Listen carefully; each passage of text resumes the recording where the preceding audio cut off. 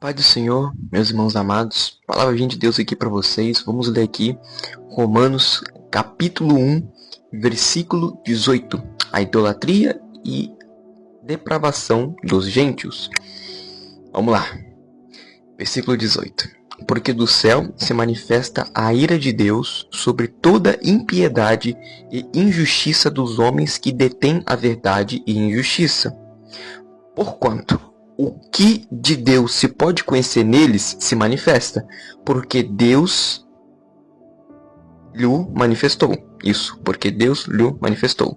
Porque as coisas invisíveis, desde a criação do mundo, tanto o seu eterno poder como a sua divindade se entende, e claramente se veem pelas coisas que estão criadas, para que eles fiquem inexcusáveis, porquanto, tendo conhecido a Deus, não glorificam como Deus. Não lhe derem graças, antes em seus discursos se desvaneceram, e o seu coração insensato se obscureceu. Oh, glória à palavra de Deus. Então vamos lá, irmãos, totalmente aqui na Bíblia, tá?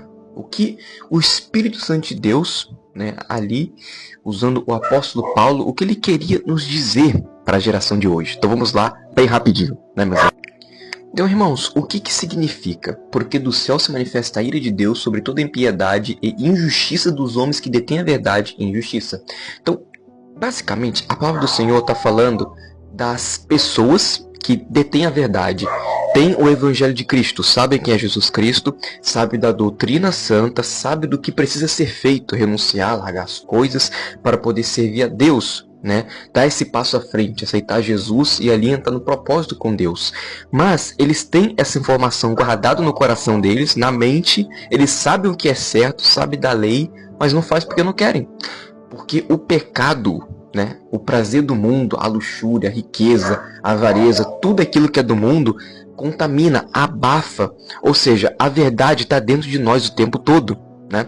Por isso que o apóstolo Paulo falou, porquanto o que de Deus se pode conhecer, nele se manifesta. Ou seja, o que Deus colocou dentro de nós, né, o Evangelho, a palavra está aqui, e pode ser manifestado a qualquer hora, né? Porque Deus lhe manifestou. Ou seja, Deus quer que nós, de certa forma, nós começamos de fruto do Espírito, né?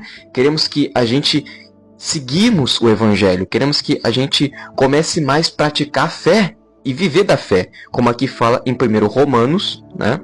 Romanos capítulo 1, versículo 17. Porque nele se descobre a justiça de Deus de fé em fé, como está escrito, mas o justo viverá do quê?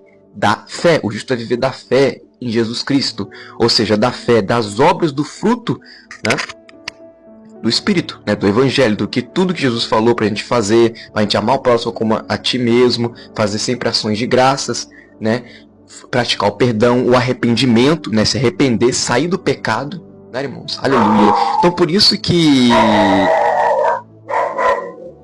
é isso, irmãos, aí fica complicado, né? Estamos de volta aqui. Então por isso que basicamente, né, a palavra de Deus mostra a ira de Deus, porque Deus ficou indignado, porque a pessoa tem o Evangelho, tem dentro a palavra guardada dentro dela, mas ela não pratica, sabe? Ela abafa, ela sabe, tá, depois eu faço, ou simplesmente ela esquece, né, por causa do mundo. Entende, irmão?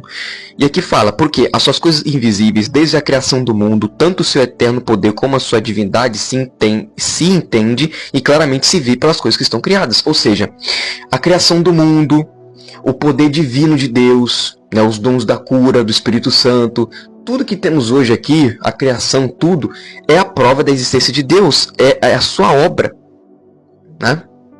É basicamente tudo, né? O Evangelho, né, irmãos? Como diz em Gênesis, né? Deus criou o mundo e tudo aquilo você vai. Então, basicamente, nós seres humanos sabemos de tudo isso, né? As coisas invisíveis, como está aqui na palavra, porque as suas coisas invisíveis, né? As coisas que Deus criou, a criação, o poder divino, os anjos, tudo. Entende? Nós sabemos disso, sabemos das provas irrefutáveis que Deus existe, que Deus está aqui, o Evangelho de Cristo, né? A fé que podemos ter em Jesus Cristo, mas a gente só ignora. A gente não busca arrependimento, só guarda isso e a gente fala que é cristão e acabou. Só que não é assim, né? É por isso que Deus ficou indignado. Mas, obviamente, né, irmãos, o apóstolo Paulo, né, ele escreveu essa epístola justamente para poder nos acordar, para falar, olha, Deus te ama. Jesus te ama, Ele quer mudar a sua vida, Ele quer que todos nós sejamos salvos. né? Tanto que a depravação, o significado da depravação é basicamente que somos uma natureza pecaminosa, ou seja, nós por si mesmo não conseguimos se salvar. Você pode até pesquisar na internet, a gente não consegue se salvar por si próprio. É Deus que nos intervém, é Deus que chega até nós, é Deus que faz as situações acontecer para nós ser salvos. Ele basicamente permite uma doença, permite alguma situação para você olhar para ele finalmente e aí começar. Coisa maravilhosa a palavra de Deus, né? O amor de Deus como reflete, né, irmãos? Olha essa coisa linda, né? Porquanto, tendo conhecido a Deus, não glorificaram como Deus, nem lhe deram graças, antes em seus discursos se desvaneceram. O seu coração insensato se